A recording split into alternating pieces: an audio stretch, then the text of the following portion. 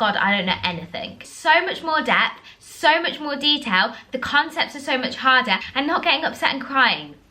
Just don't do that. Don't be distraught. Prepare yourself to be doing worse. If you did it like that for GCSEs, it's just not going to work. Even if you are failing at the beginning, you can still get that.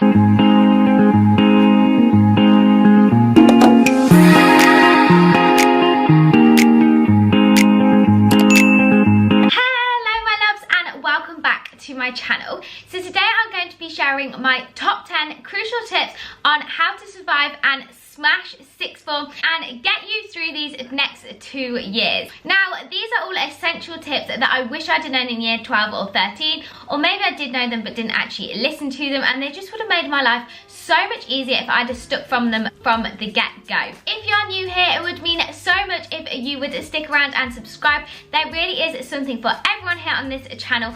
And as well, if you enjoyed today's video, it would mean a lot to me if you decide to give it a big thumbs up. And yes, let's get on with the video. So it is a bit of a weird time right now. You might have just been thrown into the deep end, finish your GCSEs all of a sudden, and now you're kind of in sixth form. Kind of not, but kind of am. And you might be getting a little bit nervous. I remember how nervous I was going into sixth form. It felt like such a big step up, and in so many ways it was, but there are some simple things you can do to just make your life so much easier. Now, make sure you stick around till the end of the video, because all 10 of these tips are going to help you so much, and you're just not going to get stressed out, and things are going to seem a little bit easier. Tip number 1, you've probably heard a lot, and that is to prepare yourself for the fact A-levels are a lot harder than your GCSEs. You need to prepare yourself that you are going to have to be working harder. You might only have 3 A-levels in comparison to your 10, 11 GCSEs, but believe me, they are in so much more depth, so much more detail, the concepts are so much harder. It's not going to be as easy as you think. I feel like not enough people tell you that they are just so different. Like, yes, they are harder, but in such a weird way that you can't imagine. They are just a completely different style of learning. Everything about them is so different. You are just going to have to put in some more work towards getting your head around it, especially at the beginning. If you try from the very beginning and you put in that hard work, then it's going to make your life so much easier. Keep working hard and you will get there. That being said, be prepared to get lower grades.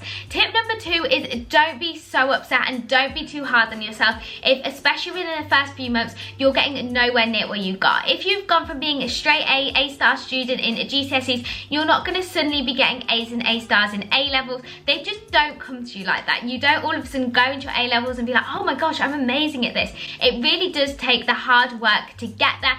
And you need to make mistakes before you get better. Just learn from every mistake you make, every test that you get a D in. Don't be upset or disheartened. Just keep working hard. Just don't be distraught. Prepare yourself to be doing worse.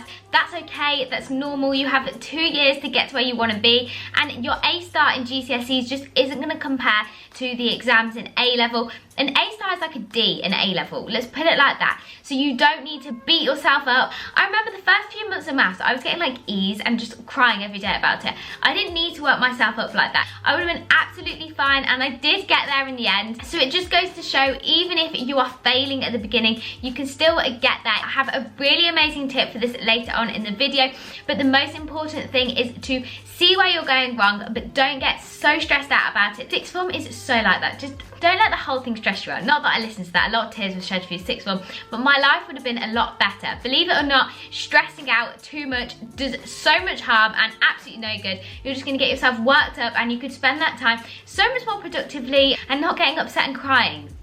Just don't do that. Tip number 3 is don't be sat there right now stressing yourself out about being not sure about what A-levels to take. Take A-levels that you A, enjoy, and B, are good at.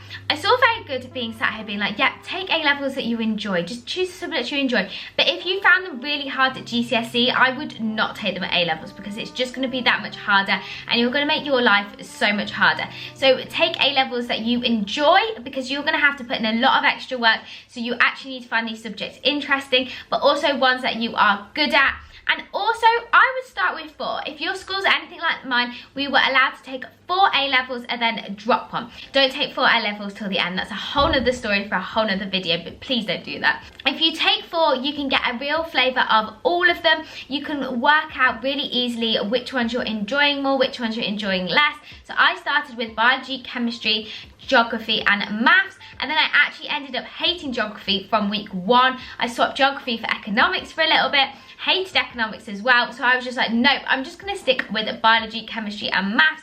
And it's a really good way of actually seeing whether you're enjoying them. Try them before you buy them. So many people will do it. It's so hard to know what you want to do before you actually try it. As long as you have some sort of idea of the A levels you want to take, it's okay to change your mind, switch things around. You'll be so surprised how many people do this within the first couple of weeks. Some people even move sixth form, so you're just going to change your A levels. Some people move away for sixth form, ending up hating it, come back. So it's all fine swapping around a few A levels if you feel like you've made the wrong decision. There is room for you to change your mind. Your teachers are prepared for this, the school's prepared for this, so don't worry yourself out. Number 4 is probably one of the most important tips, and that is use your frees productively. It is so easy to all of a sudden see these frees in your timetable, be like, I just want to go out, like I just want to go into town, I want to chat to my friends. But no, I don't know how I would have got through sixth form without using my frees from the beginning productively. No matter how hard it is to do, it's the perfect time to catch up on homework, get ahead on your notes. And it also means if you have any problems in your frees, you can most likely go and find your teachers or find someone to help you, or another student while you're at school. It's not going to be a problem where you get home, you're doing your homework in for the next day and there's no one to go to if you get really stuck. Find a space within school where you work really productively, then it means you can really focus your time and use all of your time effectively. So for me, I had to go to the library. I know some people work really well in the common room and that worked for them, but I just had to go into the library, take myself off. It's a really simple way to keep on top of everything, and you'll feel like you've got more free time if you use your frees productively. You'll have your lunch times free to see your friends, and you'll have more time after school to just relax if you use these frees in the way they're supposed to be used. You're supposed to study in your frees. Tip number 5 is keep on top of your revision and your notes as you go along. Now, this again is crucial because of the amount of content.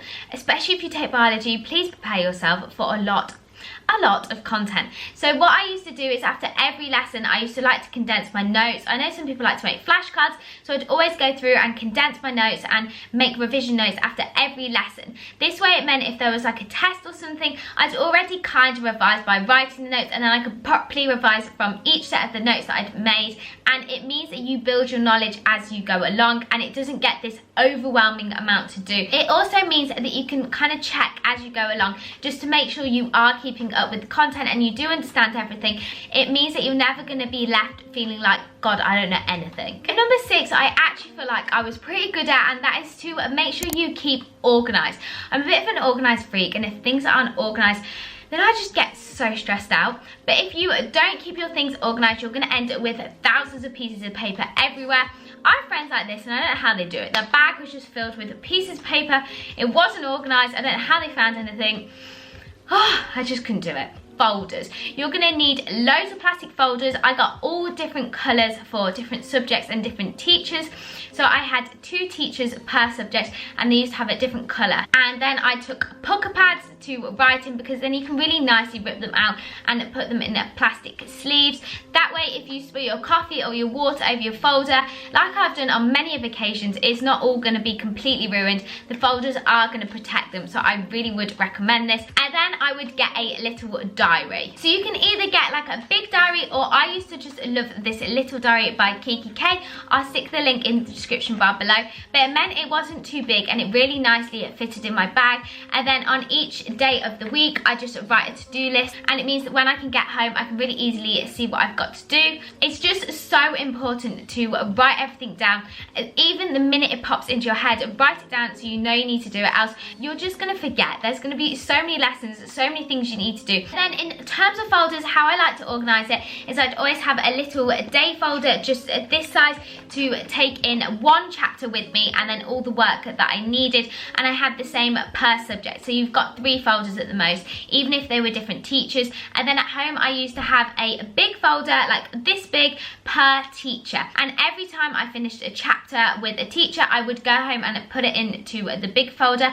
That way it just means you're not carrying around like years worth of work, and you can can easily get to the exact work that you need during the lesson as well. You don't have to copy me like that, but find your own way of organising your folders that works, so you're not just lugging loads of unnecessary sheets around. But equally, you want to make sure you've got enough, because if you're using your freeze, which I know you will be, and you want to revise, or all of a sudden the teacher springs an end of unit test on you, the last thing you want to happen is you haven't got the work there that you need. Tip number 7, I have kind of mentioned a little bit, but that is make sure you use your teachers. So you have probably got amazing teachers, and all they want to do is help you achieve your best, and if they see you're willing to put in the work, then they will be willing to help you.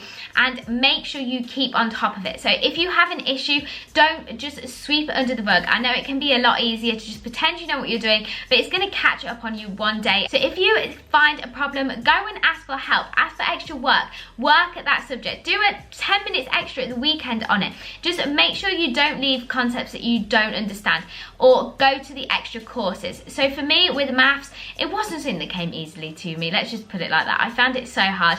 I needed to put in the extra work for maths to get to what I wanted to get. So every week I went to the maths workshop. Even if I didn't really have a problem, there'd be other people there with problems, and I'd hear their problems, be like, oh my gosh, I didn't even think of that. And then I actually gained a problem from their problems. But in the grand scheme of things, it meant that I understood an extra concept that I didn't even realise that I didn't get. I hope that makes any sense. If there is a subject you're struggling with a bit more, I would really recommend not only going to see your teachers, but just going to those workshops that they put on. I know they're a pain, but they're just half an hour, and they're going to force you to put in some extra work and listen to other people, even if that's just going to do the homework, because the likelihood is there's going to be some work that you need to do for that subject. So just get it done, but you might actually gain something extra than you would have done if you just sat at home or sat in your free doing it on your own, just because you're surrounded by other people that are likely going to have similar problems to you. Number 8 is a very relevant point, and that is to revise for your mocks, but also every little test. So for those of you whose exam results are going to be based on your mocks, then this would have been so important. And also, God knows how they're going to do the exams next year. So just make sure you work for your mocks and your little exams as you go along.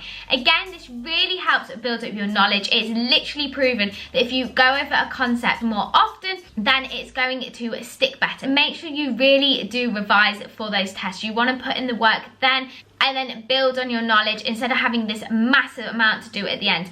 If you did it like that for GCSEs, I did it like that and it worked for me, but it's not going to work for your A-levels.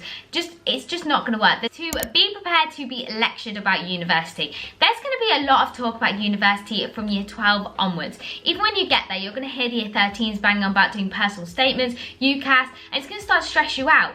These 2 years do go so fast, but you don't need to worry about university in year 12. Honestly, concentrate on it a little bit, but don't let it stress you out.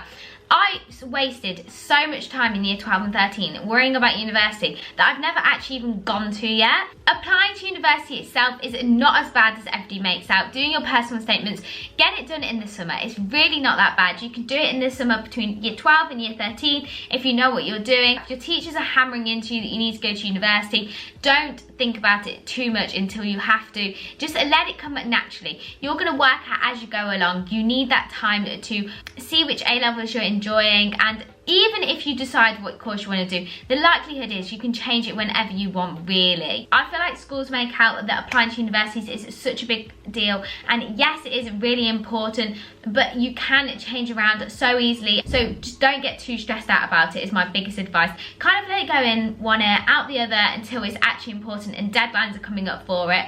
And my final tip, as cliche as it is please enjoy yourself. I wish I'd enjoyed myself a little more through sixth form. I kind of let all the stresses build up on me a little bit too much. At the end of the day, you're all turning 18, your friends will be going out for the first time. Just enjoy yourself. Sixth form is an amazing time to grow up, try new things, organise your own time, have a bit more independence, and just enjoy it. These are the last 2 years with some of your friends that you might have been with since school, and you don't want to miss out on these memories, and you're going to have so much fun. Try to enjoy it as much as you can. Take every opportunity. As long as you keep a balance in life. That is really what's important. Keep a balance, keep happy. If you organise your time productively, then you're going to be fine. You're going to be able to balance everything, and just keep working hard, but make the most out of your 2 years and try to enjoy it as much as possible. So I really hope all of these tips will help you out so much. This is such an exciting time. A-levels will challenge you so much. Like, they are so hard. They are hard work, and I'm just glad I'm at the other end sometimes. If you work hard, keep on top of everything, try your best from the beginning, and keep organised, then you will be absolutely fine. You'll get through it. Don't be nervous. Honestly, I was so nervous this summer, but I really shouldn't have been. Enjoy your summers. Just prepare in little ways. I wish you all the best of luck with your A-levels. It'd be so interesting to know what you're taking. So if any of you are taking A-levels, then put it down in the description box below what A-levels you're planning on taking. And yes, I will see you all so soon, everybody. Have an amazing week. Bye.